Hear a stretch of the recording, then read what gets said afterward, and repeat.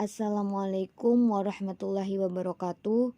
Kami dari kelompok 9 ingin mempresentasikan materi tentang teori modern perdagangan internasional.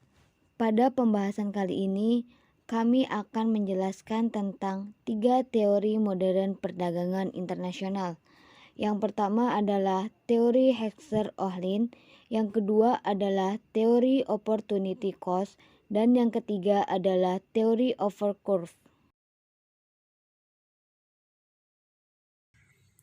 Teori modern perdagangan internasional.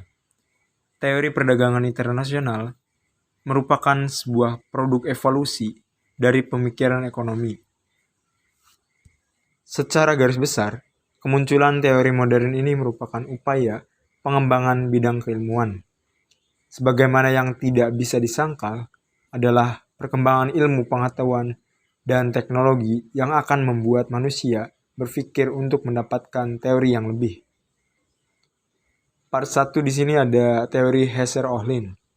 Dalam teori ini, HO atau Hexer-Ohlin menjelaskan pola perdagangan dengan baik, di mana setiap negara cenderung untuk melakukan perdagangan internasionalnya, yakni dalam bentuk ekspor, di mana barang-barang yang diekspor menggunakan faktor produksi yang relatif melimpah dan intensif.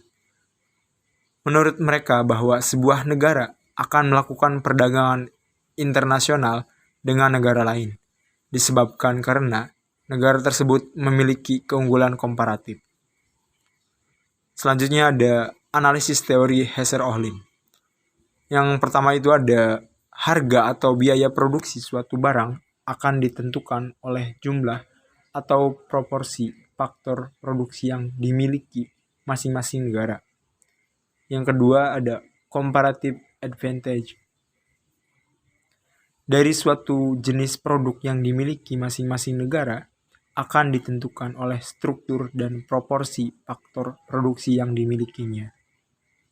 Yang ketiga, masing-masing negara akan cenderung melakukan spesialisasi produksi dan mengekspor barang-barang tertentu karena negara tersebut memiliki faktor produksi yang relatif banyak dan murah untuk memproduksinya.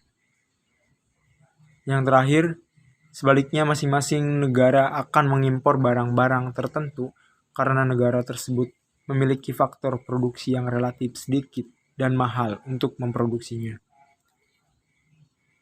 Ada kelemahan dari teori Hexer-Ohlin, yakni kelemahan dari teori ini, jika jumlah atau proporsi faktor produksi yang dimiliki masing-masing negara relatif sama, maka harga barang yang sejenis akan sama pula, sehingga perdagangan internasional tidak akan terjadi.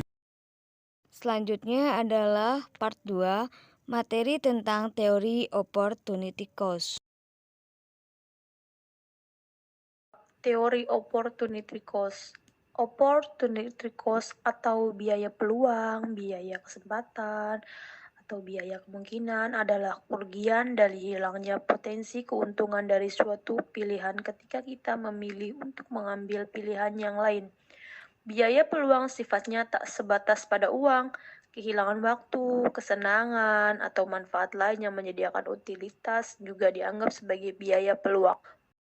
Part 3. Teori over curve. Teori over curve ini diperkenalkan oleh dua ekonom Inggris, yaitu Marshall and Edgeworth, yang menggambarkan sebagai kurva yang menunjukkan kesediaan suatu negara untuk menawarkan atau menukarkan suatu barang dengan barang lainnya pada berbagai kemungkinan harga.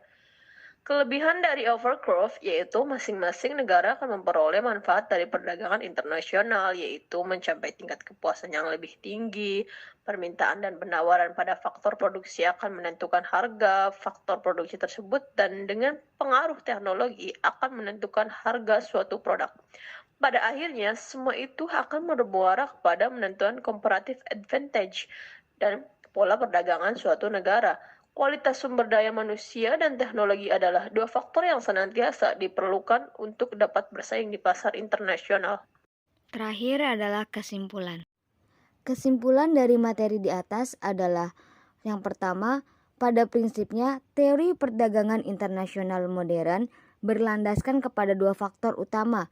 Kedua faktor tersebut ialah permintaan dan penawaran, di mana perbedaan antara kedua hal tersebutlah yang kemudian menjadikan terjadinya perdagangan internasional antara dua buah negara. Yang kedua, teori perdagangan internasional modern yang dikemukakan oleh para ahli di atas merupakan bagian dari perkembangan ilmu pengetahuan di bidang ekonomi. Dengan begitu akan semakin membuka pemahaman kita tentang sistem perdagangan internasional yang digunakan di dalam perekonomian dunia.